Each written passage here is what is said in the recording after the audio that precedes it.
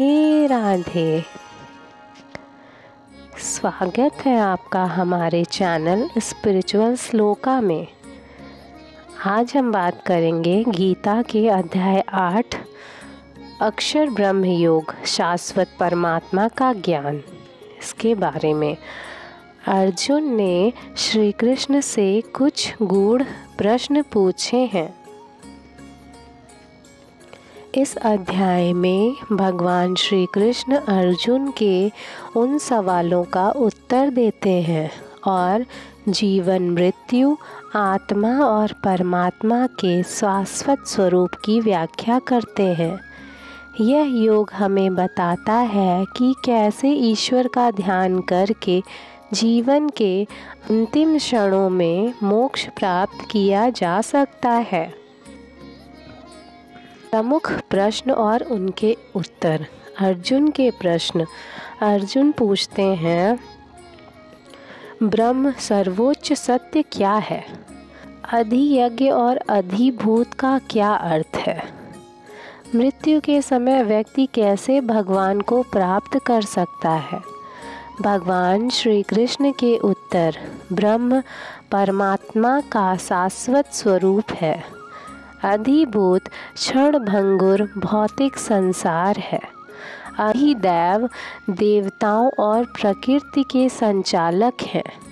अधियज्ञ सभी यज्ञों के अधिष्ठाता भगवान है। मृत्यु के समय यदि व्यक्ति भगवान के नाम का स्मरण करता है तो वह निश्चय ही मोक्ष को प्राप्त करता है। श्लोकों का सारांश और व्याख्या। शाश्वत सत्य श्लोक 3 और 4। भगवान कहते हैं कि ब्रह्म वह है जो अविनाशी है और अधिभूत सब नष्ट होने वाला है। सभी यज्ञों में भगवान अधियज्ञ के रूप में स्थित हैं। ध्यान और स्मरण का महत्व। श्लोक 5 से 8। श्री कृष्ण कहते हैं, जो मृत्यु के समय मेरे बारे में सोचता है वह मुझे प्राप्त करता है। अंत समय में भगवान का स्मरण करने के लिए जीवन भर अभ्यास और ध्यान करना चाहिए। योग बल से मोक्ष। श्लोक 9 से 13। जो व्यक्ति ओम शब्द का उच्चारण करते हुए ध्यान में लीन होता है वह भगवान तक अवश्य पहुंचता है। स्वर्ग और मोक्ष का भेद। श्लोक 16 से 22।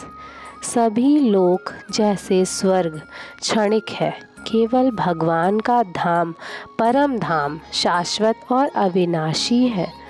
2 प्रकार के मार्ग। श्लोक 23 से 26। अग्नि मार्ग प्रकाश का मार्ग जो मोक्ष की ओर ले जाता है। दूसरा धूम मार्ग अंधकार का मार्ग जो पुनर्जन्म की ओर ले जाता है।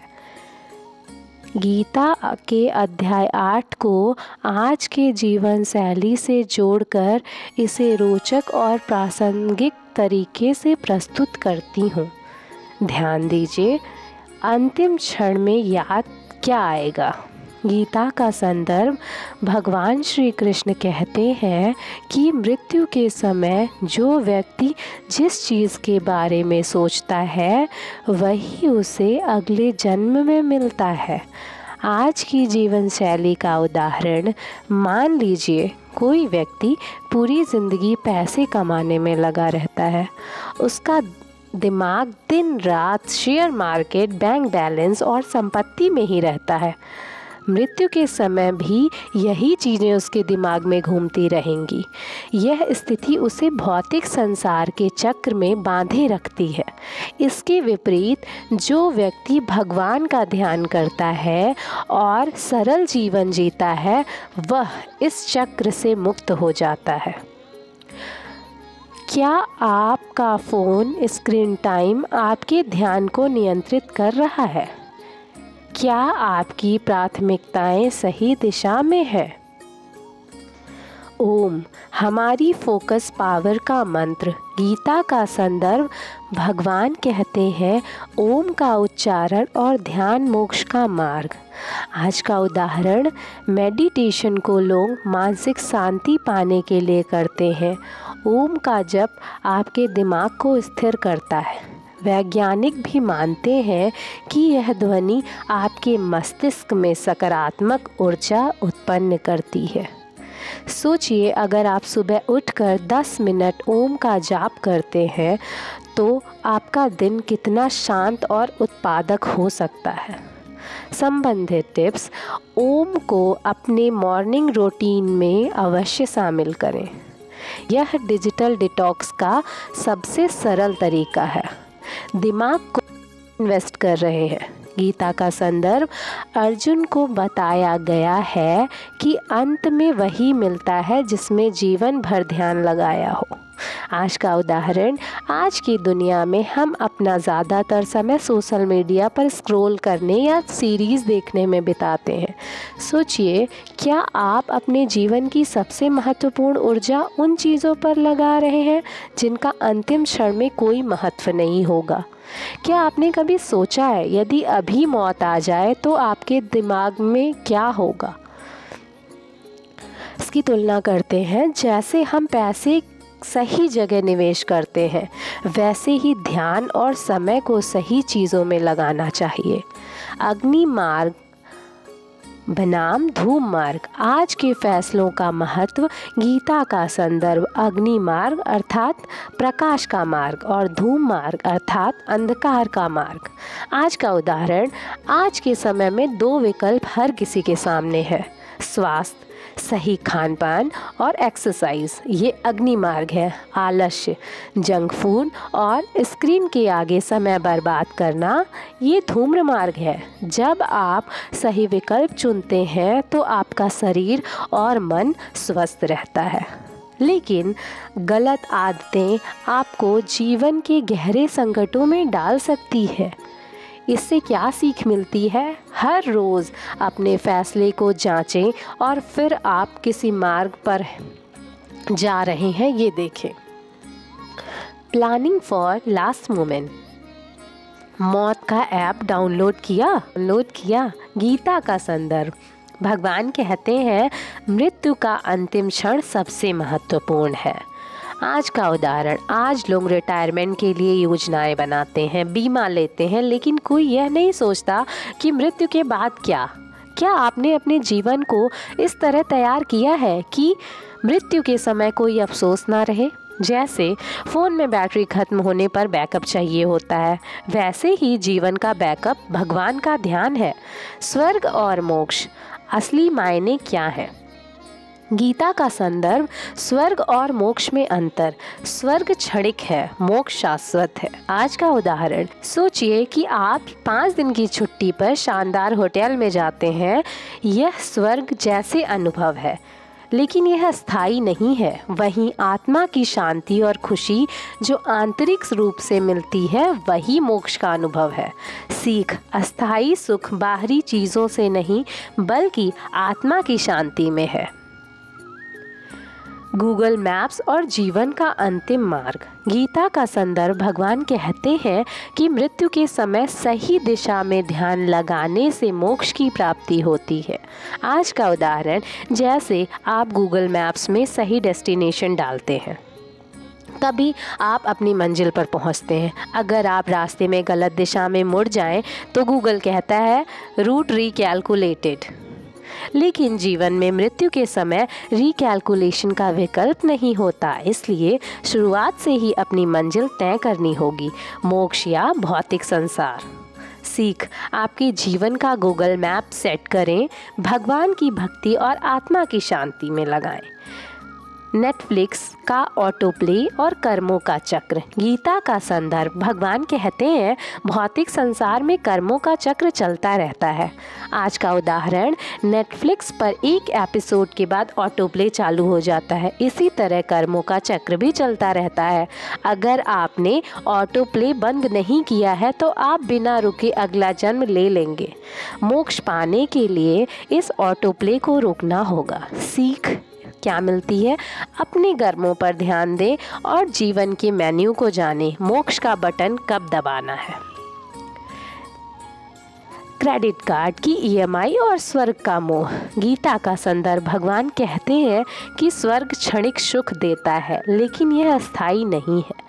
आज का उदाहरण, स्वर्ग का सुख क्रेडिट कार्ड की तरह है। आप तुरंत खुशी का अनुभव करते हैं, लेकिन बाद में भारी ब्याज चुकाना पड़ता है।